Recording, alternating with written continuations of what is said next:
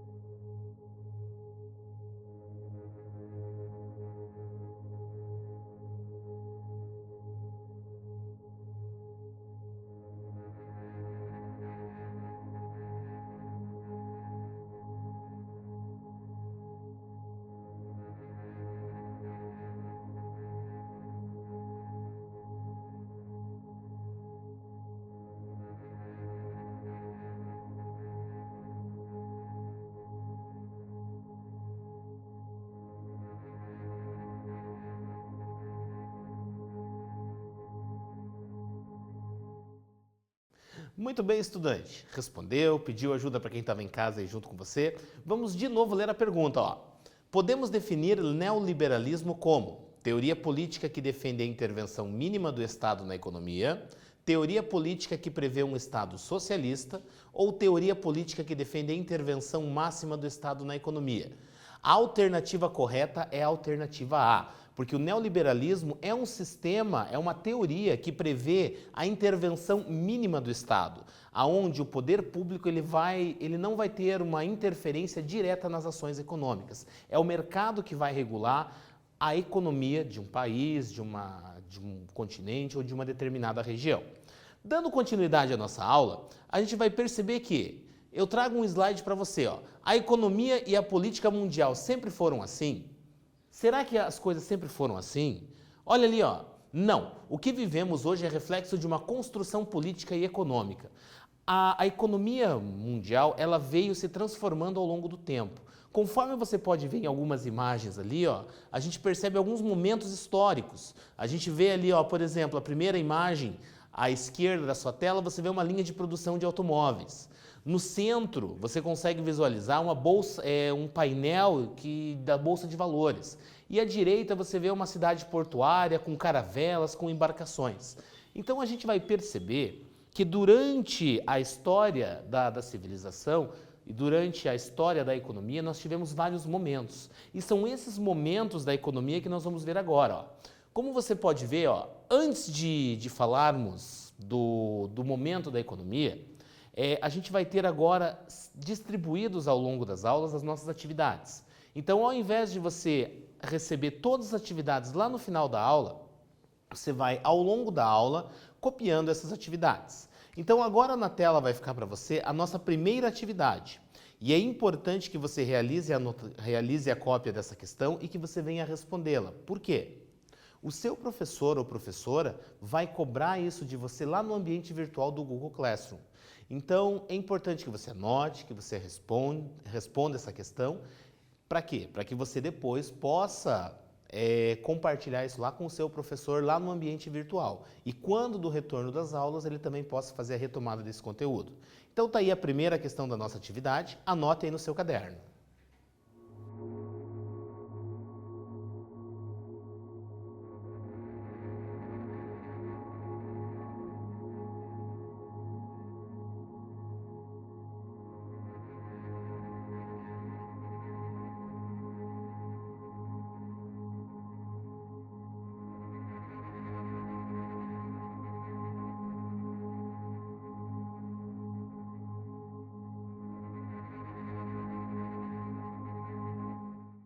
Muito bem, estudante. Você já copiou? Daqui a pouquinho a gente vai voltar a falar sobre o liberalismo. Agora, a gente vai falar um pouquinho das etapas do capitalismo. Quando a gente fala em etapas do capitalismo, a gente vai perceber que o sistema político e econômico que nós temos na nossa sociedade hoje, predominante é o capitalismo. E o principal objetivo do capitalismo é a acumulação de riquezas, é a acumulação de capitais, é a acumulação e obtenção de lucros, tá? E esse lucro que vai sendo acumulado, ao longo da história, houveram várias formas de se acumular capital, de se acumular riquezas. Olhando aqui no monitor, você vai perceber, ó, capitalismo comercial ou mercantil, que ele ocorreu entre os séculos 15 e olha lá, ó, atenção, leitura de números romanos. X representa 10, a letra V representa 5, e aí nós temos os 3 palitinhos, os 3 riscos ali que representam o número 1. Então, nós temos ali entre os séculos 15 e 18. Então, esse é o período onde ocorreu o quê? A etapa do capitalismo comercial ou mercantil. Nesse período, nós tínhamos o quê? Grandes navegações. Nesse período, nós tínhamos intensas trocas comerciais, intensas relações comerciais. E a obtenção do lucro, ela era proveniente do quê? Das trocas comerciais diretas entre mercadorias ou ainda da troca de mercadorias por metais preciosos. Então, havia-se sempre a demanda de acumulação de capital.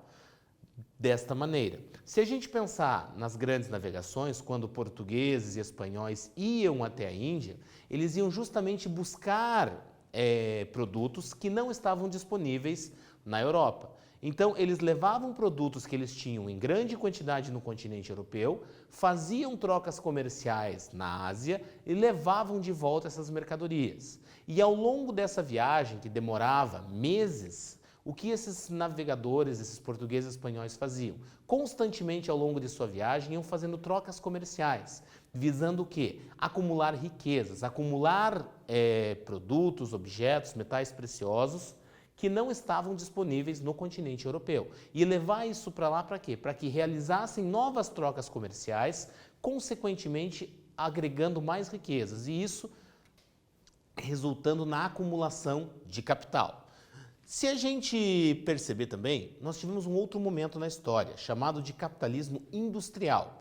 Capitalismo industrial a gente tem que associar a um período chamado de Revolução Industrial. A Revolução Industrial foi um momento na história onde nós tivemos uma mudança significativa na forma de produção. Quando a máquina a vapor ela se populariza nas fábricas no Reino Unido, o que acontece? Aumenta significativamente a quantidade de produtos fabricados. Aumenta significativamente a produção dos bens de consumo daquela época. Logo, as empresas, as indústrias que produziam aquilo, tinham a necessidade da venda desse material. E aí, quando você consegue produzir a uma quantidade muito maior de forma mecanizada, você consegue também reduzir o custo. E foi isso que aconteceu nas indústrias do Reino Unido. Começaram a produzir em grande quantidade com um custo menor, garantindo assim a lucratividade. Se você olhar na tela, você está vendo ali, ó, surge na sequência da Revolução Industrial e decadência do absolutismo na Europa. Então nós temos uma mudança política, uma mudança de cenário na Europa, e aí nós temos também a Revolução Industrial. Agora, nós vamos para o nosso quiz. Nosso segundo quiz da nossa aula de hoje, nível amarelo, nível de dificuldade intermediário. Vamos ali com atenção ler a questão, ó. Indique a alternativa que está associada ao capitalismo industrial. Alternativa A, período conhecido como Grandes Navegações. Alternativa B, a popularização da máquina a vapor de James Watt durante o século XVIII. Alternativa C, especulação financeira e a comercialização do dinheiro. O tempo está correndo na tela aí para você, pode pedir ajuda para quem estiver em casa. Vai lá!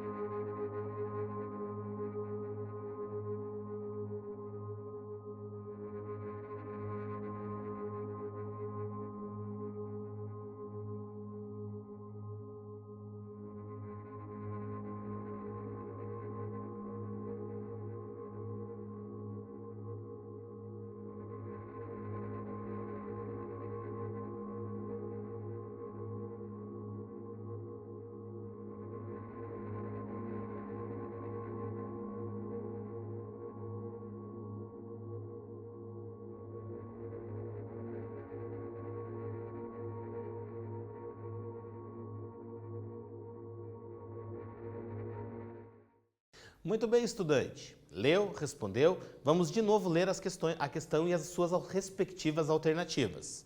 Número 2. Indique a alternativa que está associada ao capitalismo industrial. Período conhecido como Grandes Navegações, popularização da máquina a vapor de James Watt durante o século XVIII e especulação financeira e a comercialização do dinheiro. A alternativa correta é a letra B. Popularização da máquina a vapor de James Watt durante o século XVIII. James Watt foi um britânico que popularizou a máquina a vapor, ou seja, vários pesquisadores, vários cientistas no Reino Unido estavam trabalhando com a tecnologia de utilizar o vapor proveniente da queima do carvão mineral para fazer com que máquinas entrassem em funcionamento. Mas James Watt foi o responsável por popularizar isso, por desenvolver a tecnologia a ponto de torná-la capaz de ser utilizada nas indústrias do Reino Unido. Então, quando a gente fala em máquinas a vapor, nós podemos ter na linha de produção dos tecidos, nós tínhamos as locomotivas, em serrarias, em uma série de atividades econômicas do Reino Unido. E James Watt foi o responsável por popularizar, por levar ao Reino Unido a máquina a vapor em condições seguras de ser utilizada na produção industrial. Continuando a nossa aula, a gente vai falar sobre capitalismo financeiro. Quando a gente fala em capitalismo financeiro, a gente tem que pensar no dinheiro. Quando a gente pensa em dinheiro, a gente tem que pensar na especulação financeira. Nós temos que pensar que o dinheiro ele passa a ser um produto. Quando nós estamos indo a uma instituição financeira, um banco, uma empresa de empréstimos de dinheiro, um banco múltiplo, seja lá qual for o tipo da empresa, o que acontece? Vamos imaginar uma situação. Você, estudante, precisa contrair um empréstimo. Você precisa de um dinheiro e você vai contrair um empréstimo. Quando você contrai um empréstimo, o banco, a instituição financeira, vai lhe cobrar um juro por esse período, por esse empréstimo. Na verdade, o juro você pode entender como sendo o preço do dinheiro. Então, quando você empresta, por exemplo, R$ 1.000 e vai pagar R$ 1.100 de volta, esses R$ 100 que você está pagando de volta para o banco em forma de juros, nada mais é do que o preço desse dinheiro. Olha ali na tela o que a gente vê como definição, ó. Crescimento da especulação financeira em torno das ações das empresas, juros, títulos de dívidas e outras formas de crédito que se transformaram em mercadorias. O dinheiro virou uma mercadoria. Quando a gente fala em bolsa de valores, local onde empresas comercializam pequenas partes do seu capital, das suas ações, nós temos o quê? A compra e venda de partes dessas empresas. E essa compra e venda de parte dessas empresas gera o quê? Lucro para alguém. Só que nós não temos nessa etapa aqui, quando a gente fala do capitalismo financeiro, nós não temos uma efetiva produção. Nós temos o capital, o dinheiro, sendo especulado, sendo movimentado financeiramente, fazendo com que gere mais dinheiro. Quando a gente pega bancos, os bancos múltiplos que a gente tem por aí, de diferentes denominações, o que acontece? Eles fazem intermediações financeiras. Eles pegam o recurso de quem dispõe e disponibilizam aqueles que não dispõem. O banco acaba fazendo essa intermediação. Ele pega o dinheiro de quem tem e empresta àqueles que não têm.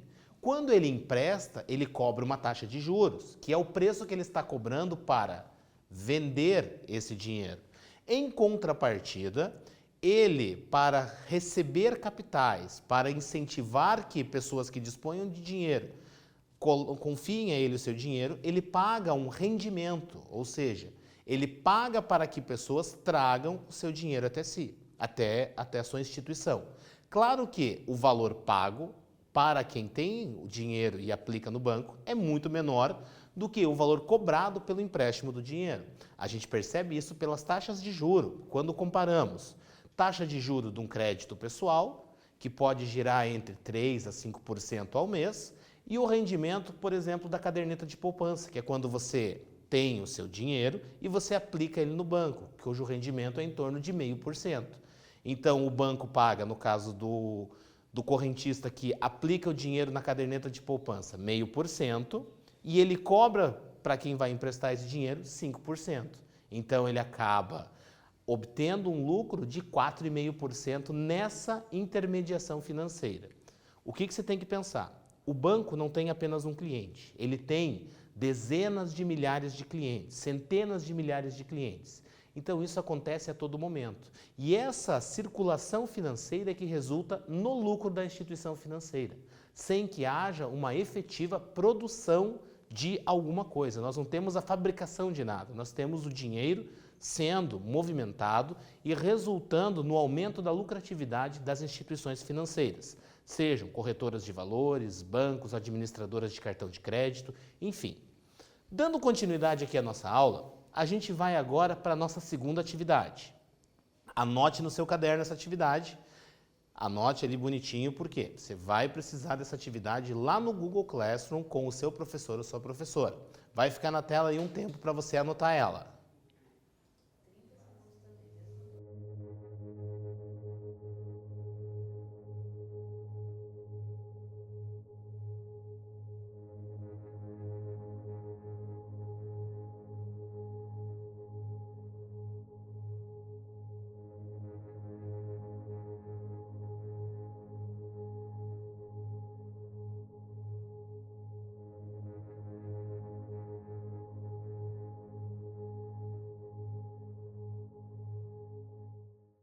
Muito bem, você já deve ter anotado aí essa questão.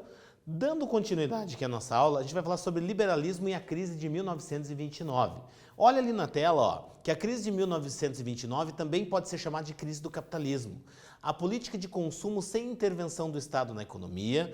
Então, o que nós tínhamos ali? Ó? O Estado, o poder público, não estava interferindo nas políticas econômicas. A política liberal, ela consistia na ausência total do Estado nas decisões econômicas. Então, isso ficava a critério do mercado. E havia uma especulação monetária desenfreada, ou seja, não havia nenhuma instituição reguladora que controlasse a movimentação financeira e a especulação financeira. Logo, o que isso aconteceu? O que isso resultou? Resultou na quebra da Bolsa de Nova York e o aumento da produção e salários estagnados. Nesse momento, produzia-se muito, as empresas estavam produzindo muito, havia em paralelo uma especulação muito grande do capital e os salários estavam estagnados. O poder de compra das pessoas não era compatível com a quantidade de bens que se produziam. Logo, havia uma superprodução, havia muitas pessoas especulando dinheiro, porém, de fato, a população não podia comprar. Não havia recurso disponível para a população. E isso resultou no quê? Numa quebra da Bolsa de Valores, porque havia uma sensação de acumulação de capital, porém, em determinado momento, não havia dinheiro, não havia capital disponível para sustentar essa bolha que se criou. E, em função disso, resultou-se na quebra da Bolsa de Valores. E olha só, estudante, agora você já tem condições de responder a questão número 1 e a questão número 2. Eu vou fazer o seguinte, eu vou deixar um tempinho aí para que você possa agora sistematizar e organizar as suas ideias a respeito da atividade 1 e da atividade 2. E aí daqui a pouquinho a gente continua.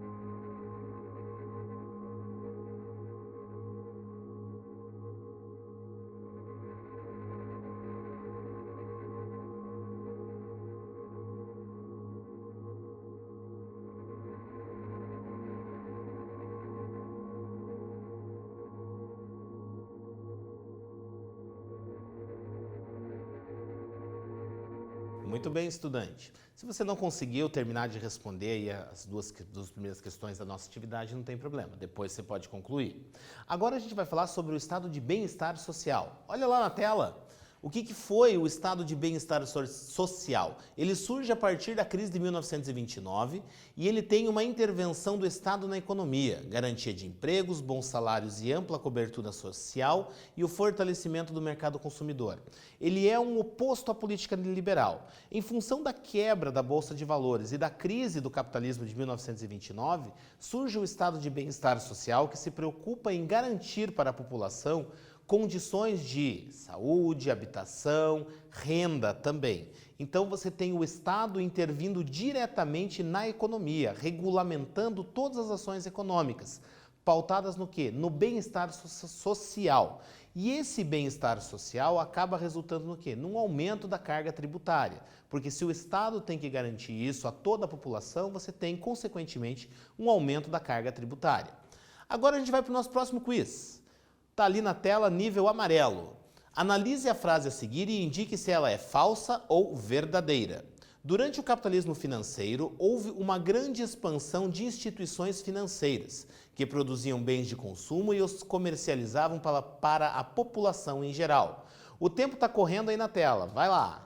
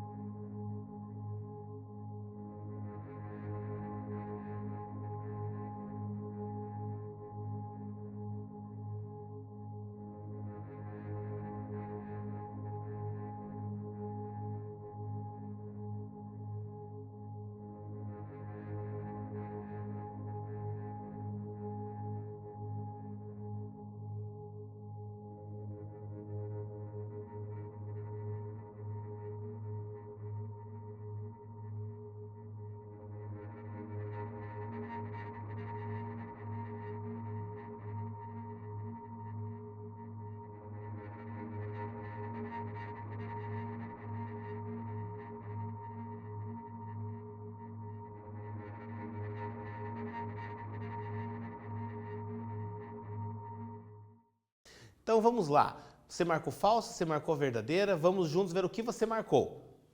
Eu digo para você que essa questão ela é falsa. E por que ela é falsa?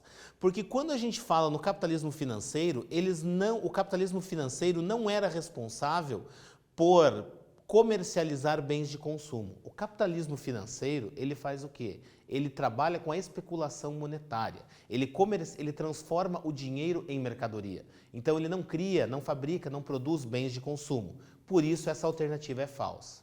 E é importante, estudante, você sempre tomar bastante cuidado quando você for responder uma questão de verdadeira ou falsa. Você lê ela com bastante atenção e rever os conceitos que estão dentro dessa questão.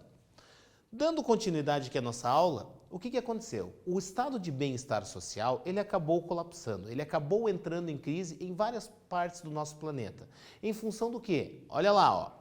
Queda da produtividade, desemprego estrutural, déficit público, elevada carga tributária e início do Estado neoliberal. O que aconteceu? O estado de bem-estar social, ele fez com que as pessoas tivessem tanta assistência do poder público, do Estado, que elas acabaram se desestimulando em relação à produtividade. Houve uma redução da produção.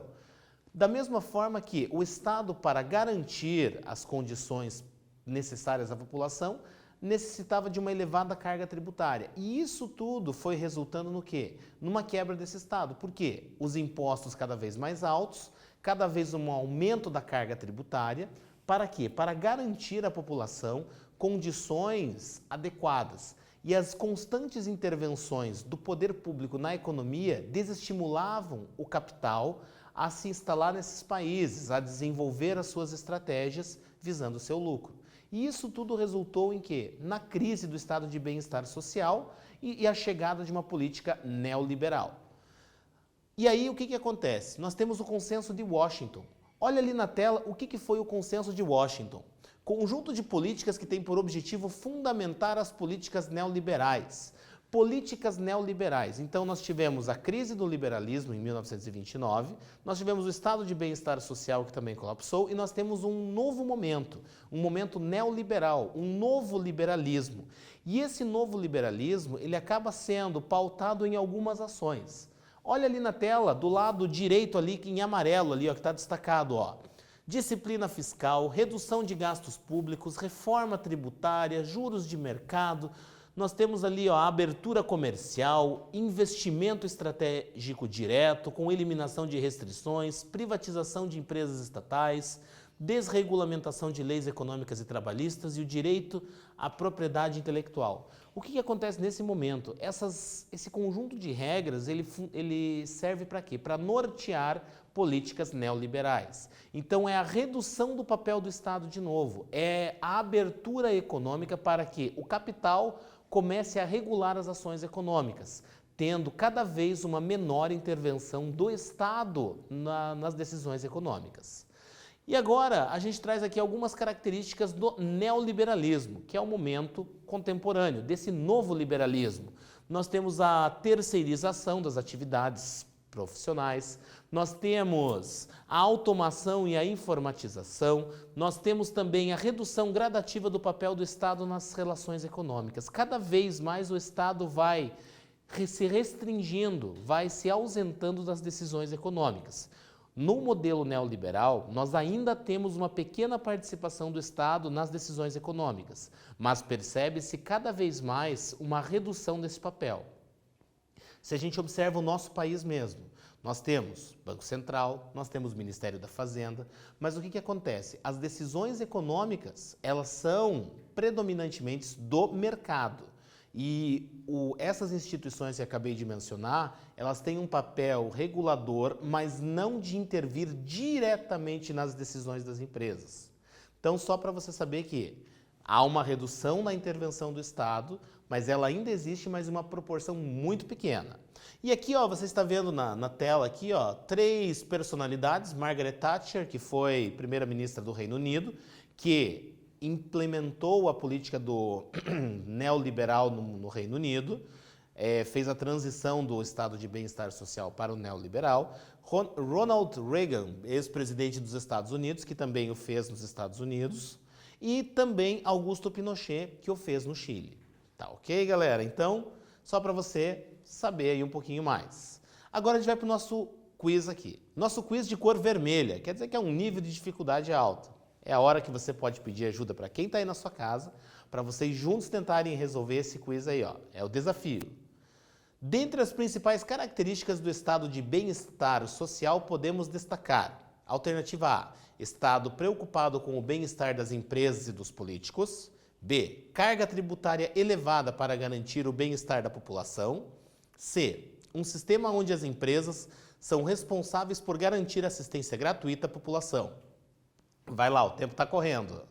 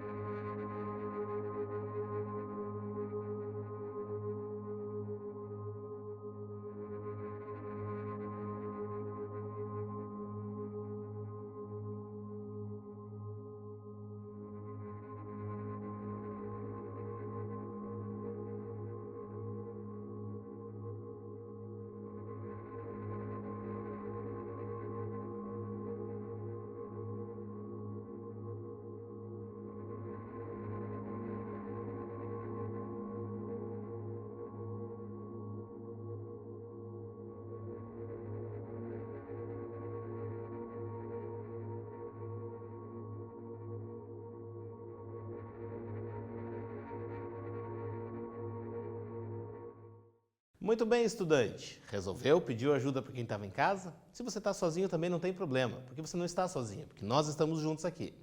Olha lá, ó. Principais características do estado de bem-estar social, a resposta certa é a letra B. Carga tributária elevada para garantir o bem-estar da população. Então é o estado de bem-estar social que cobrava impostos de forma bastante incisiva, uma tributação bastante elevada para garantir condições, esse bem-estar social a toda a população do país. Agora, nós temos ali a nossa próxima atividade, que é o exercício número 3. Vai ficar na tela ali, ó, um tempo para que você copie e que depois você possa responder esse exercício com calma.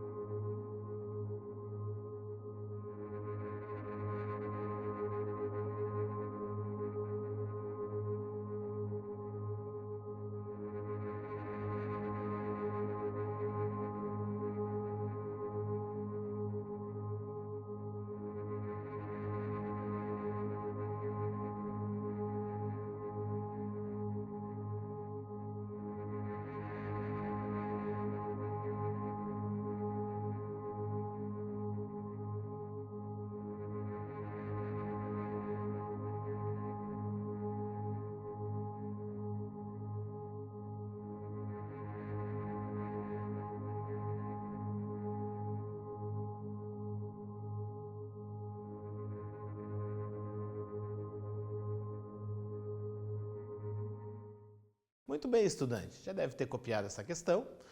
Eu quero me despedir de você já. Quero deixar você também um convite que acesse o canal Aula Paraná no YouTube. Lá você vai poder assistir a esta aula e todas as aulas que foram produzidas pela Secretaria de Estado da Educação e do Esporte durante esse período de quarentena.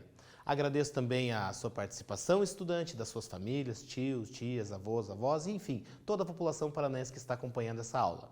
No final agora da nossa aula vai ficar na tela aí o QR Code, você pode capturar esse QR Code e você vai ser direcionado diretamente para o canal Aula Paraná no YouTube. Muito obrigado e até breve.